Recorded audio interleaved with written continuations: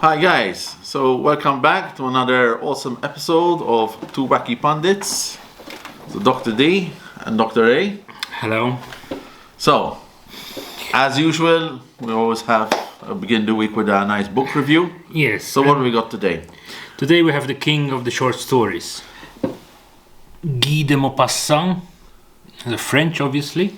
Okay. And the book is called Boule De Suif, Okay. which is French for sweat dumpling. Sounds interesting.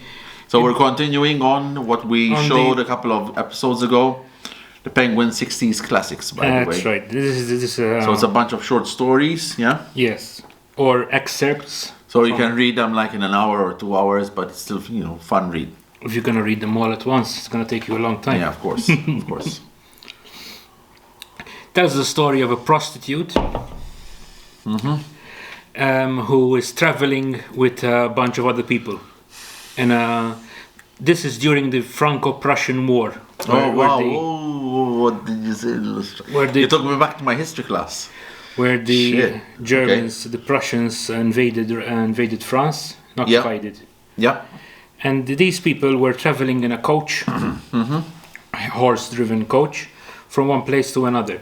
And in the middle, they stopped in this motel of the time.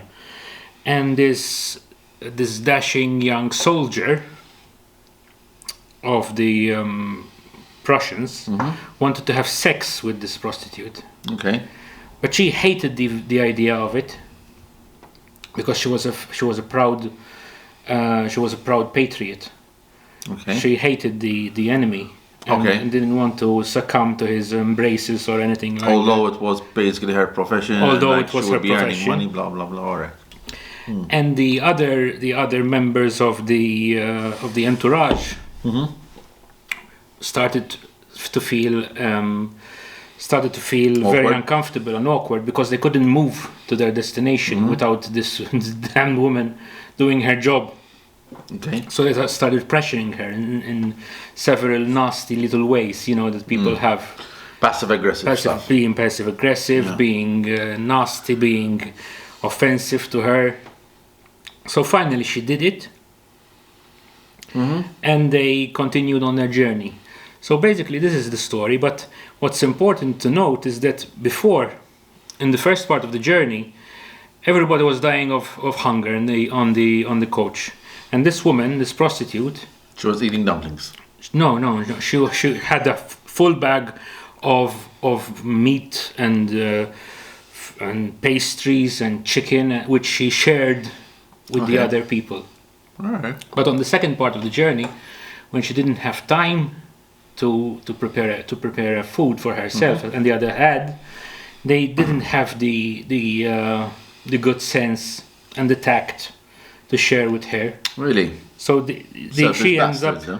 Yeah, it shows the infamy of human nature. Really, this book. It's a very short book, but it shows the infamy of human nature. So it was spoiler alert, or you're not going to say how it ends? No. That's how it ends. Oh wow! That's So how it basically, ends. like With she her gave crying- the food to with everyone, her crying in the stagecoach. and nobody gave her food. Because everybody ignored her when she had helped and given sustenance to everybody else. Yeah, Like it's, the prostitute ends up being the heroine of the story. oh, okay. People always always think bad of these fallen women, They always look down upon them, laugh behind their backs, think them. Yeah. Well, everybody's got their own story. That's the end. At the Yes. end of the day. That's right. So some people. So that's the book. Okay. It's a fascinating book, written very well. Obviously, it's translation. It's a translation by Penguin, so it's done properly, Yeah. as would be expected from Penguin. Okay. So there's no full version of this book. No, Correct.